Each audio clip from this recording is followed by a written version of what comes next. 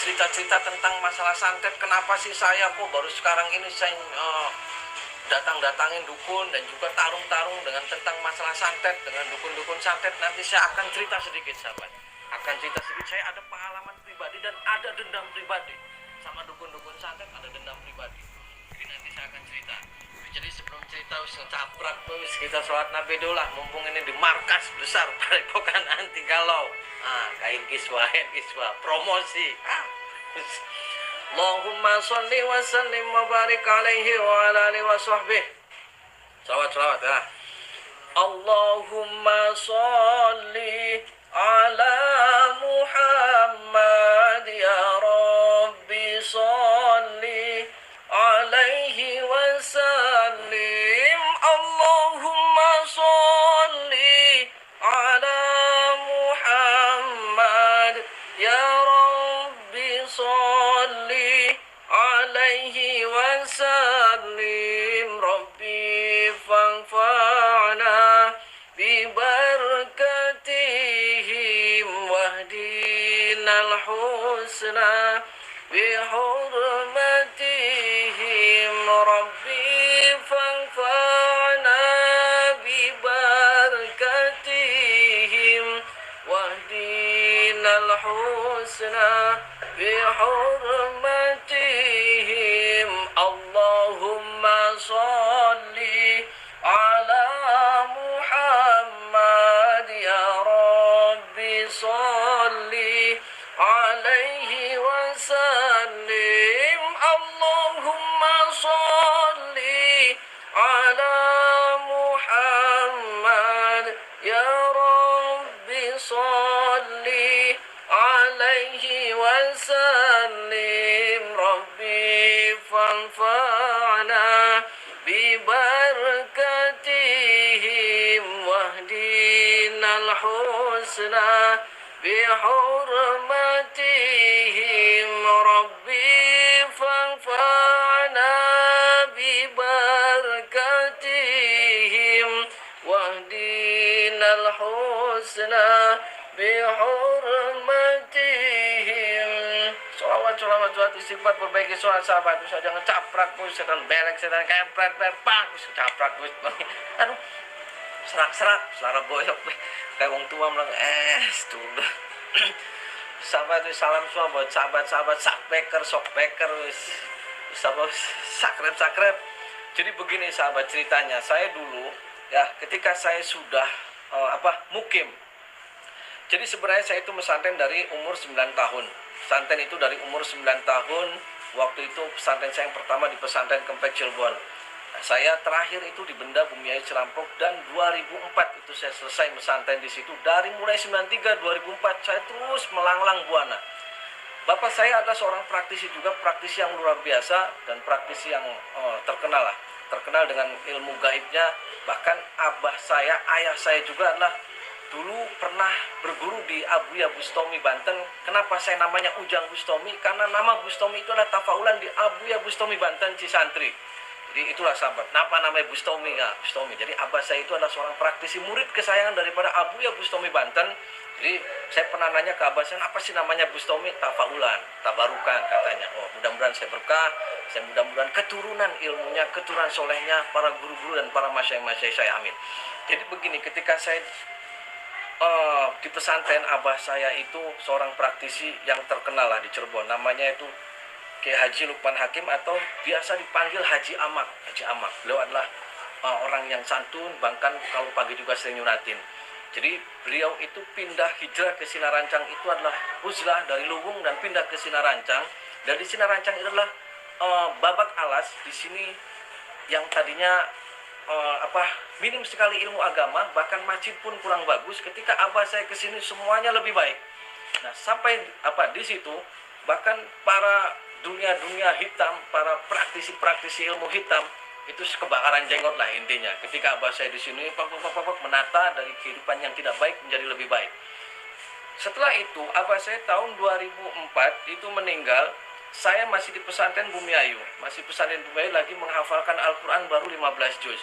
Waktu itu saya kaget Saya sebelum abah saya meninggal, seminggu kemudian saya menjenguk abah saya di rumah waktu dari pesantren. Abah saya ngomong ke saya sebentar lagi meninggal. Jadi kamu harus siap untuk meneruskan saya, kata abah saya. Saya kaget, meneruskan gimana?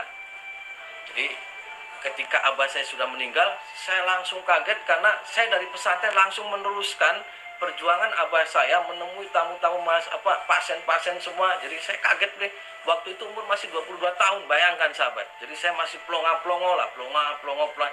Tapi saya dengan keyakinan saya ketika itu saya sempat down juga. Down umur masih 22 tahun harus terjun di dunia praktisi. Jadi saya down waktu itu sebulan down keliling dari mulai Banyuwangi, Banten semua dan terakhir di Kediri. Dan terakhir juga saya ketemu dengan guru saya lagi yaitu Kiai Haji Ishaq Al-Hafiz Allahumma yarham.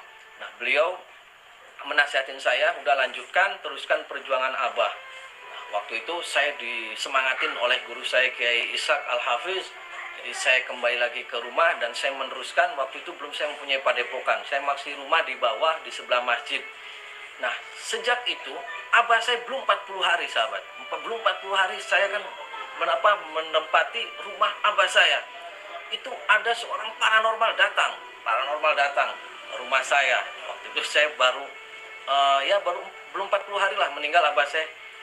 Saya datang, kirain saya tamu, jadi assalamualaikum, waalaikumsalam. Terus saya buka pintunya, kaget dia pakai belangkon, terus dengan pakaian sopannya, pakai sarung dan bawa keris di sini, datang ke saya. Terus saya karena beliau tamu yang datang, saya ngomong dari mana, terus ada keperluan apa. Beliau dengan santunnya, dengan ngomongnya seperti ini, saya nggak perlu tahu. Saya tahu abah Anda telah meninggal. Jadi begini, saya pengen kamu itu akan menemui juga abah kamu. Maksudnya nyusul. Kamu juga tidak lama lagi, seminggu lagi akan mati. Saya kaget, kenapa orang namu langsung seminggu lagi kamu mati? Terus maksudnya gimana? Ya kan kemarin abah kamu meninggal. Saya tidak suka dengan perjuangan bapak kamu. Sekarang kamu seminggu lagi akan mati. Kaget. Waktu itu saya jiwa mudanya terpancing. Nah, dia ngomong seperti itu, tamu, saya tuan rumah, saya langsung nyolot. Nah, kok ngomong begitu? Emang Anda punya nyawa?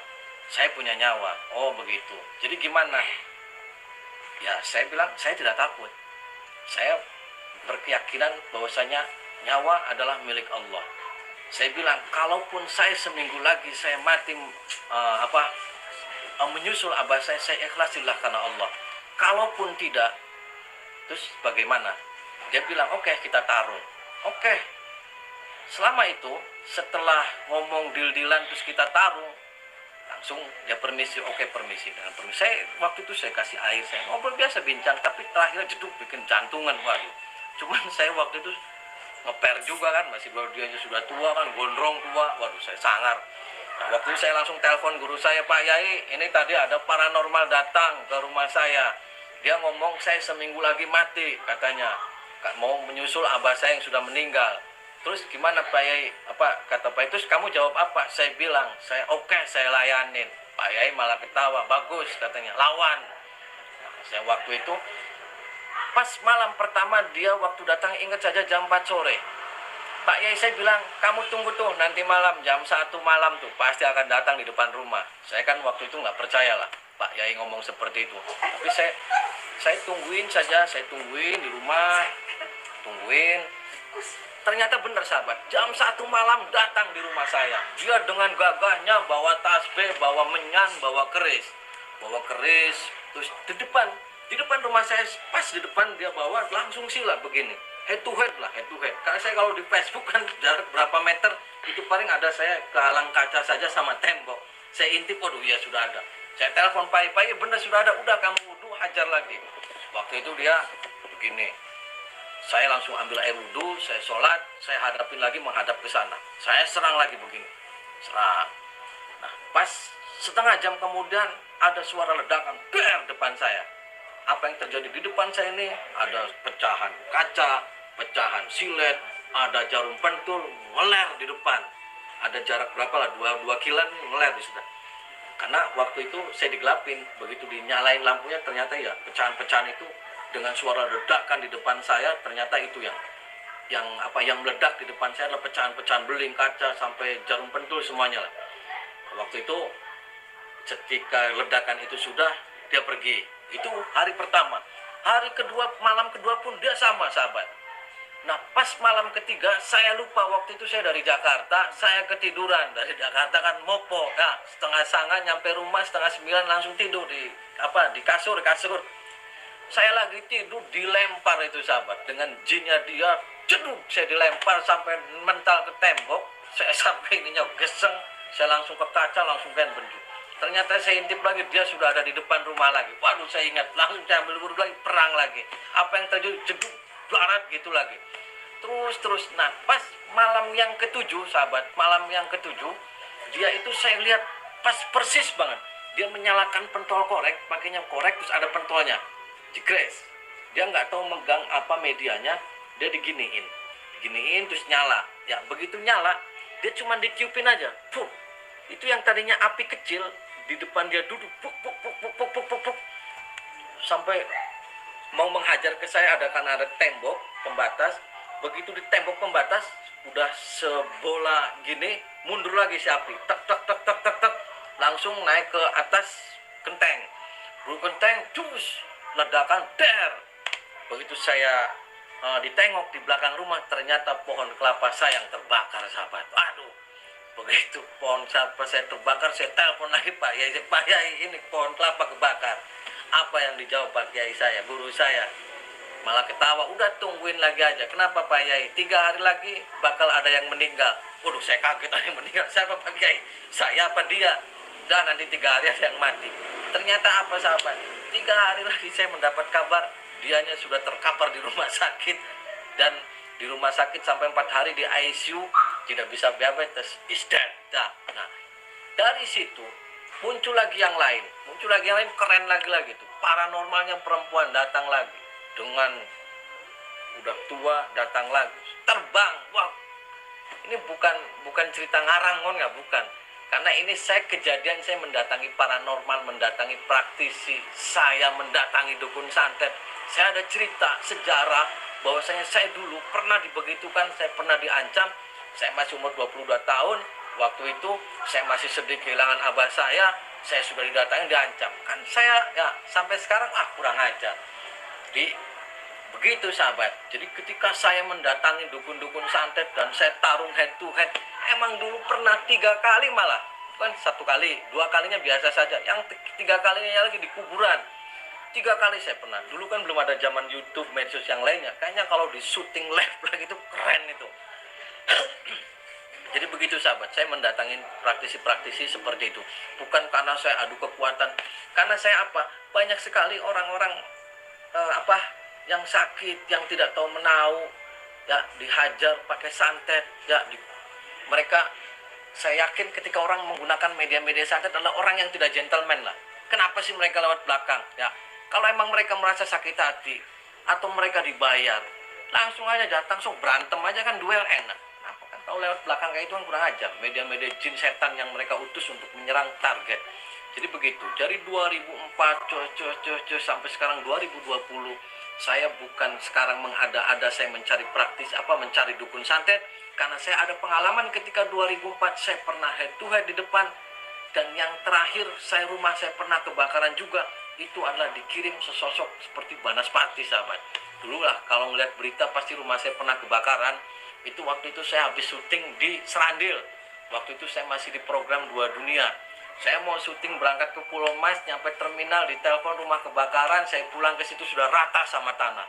Itu ya kan saya itu dulu perangnya lebih sadis, rumah dibakar. Aduh, dukun santet keparat itu. Ya, saya sedihnya gimana, saya nangis sampai saya baju yang dipakai ini aja. Semua untung di rumah lagi tidak ada siapa-siapa. Keluarga semua lagi tidak ada karena lagi berkabung, kakak saya lagi meninggal. Rumah wis gelap jeder. Secara logika 15 menit kebakaran harusnya ada asap pulang. Jeduk. Ya, tanya aja keluarga kan pada kaget semua itu pas malam Jumat Kliwon mana. Jadi itu cerita unek-unek bela, unek-unek ya, unek-unek sama dukun santet nih, unek-unek. Jadi dari dulu saya sudah begitu, dan saya semua lagi target Pak. Jadi ada dendam pribadi, kenapa sih kok nyerang saya gitu, kenapa sih rumah saya sampai dibakar, kenapa sih sampai datang ke rumah saya mati seminggu, kenapa, kan saya cuma bantu orang-orang yang datang ke saya minta tolong sakit ini. Jadi mereka ya seperti itulah, kurang ajar, setan belek, saya pret pak. Ya, jadi saya ketika sekarang saya mendatangi praktisi-praktisi silaturahmi, kalau praktisi yang lempeng-lempeng saya ngobrol aja. Saya mendatangi dukun santet, terus tarung, bukan saya karena gagah-gagahan adu ilmu, bukan karena saya kayak Power Ranger, bukan. Saya ada dendam pribadi dari awal, dan sampai sekarang pun mereka nggak kapok kan bu. Saya sampai sakit hatinya, rumah sampai dibakar mohon nggak, aduh. Skala aku sakit, setan belek, setan nengklek. Jadi ini ceritanya lagi curhat. Oke, saya minta doanya sama sahabat-sahabat semua. Doanya saya akan terus untuk amar ma'ruf nahi mungkar, terus untuk meluruskan yang bengkok-bengkok. Dan saya juga kalau ada praktisi yang mau diajak dialog untuk kita bagaimana, karena ilmu hikmah itu, praktisi itu ada ilmu semua dari Allah. Ketika ilmu itu semua dari Allah, maka pergunakanlah untuk kebaikan, menolong orang, itu saya dukung. Karena semua orang praktis itu hebat semua, ilmunya itu hebat semua, itu syariat hebat semua. Saya salut semua. Di Indonesia itu berapa juta praktisi, saya salut. Tapi kalau sudah melencengkan ilmu praktisi untuk tujuan-tujuan yang tidak baik, untuk tujuan-tujuan menyakitin orang, itu yang saya tidak setuju. Apapun, jangan pernah takut santet, jangan pernah takut setan belek. Takutlah kepada Allah subhanahu wa ta'ala, Allah azza wa jalla. Allahu akbar. Allahumma salli wa sallim wa barik alaihi wa ala alihi wa sahbihi. Wallahul muwaffiq ila aqwamit thoriq. Wassalamualaikum warahmatullahi wabarakatuh.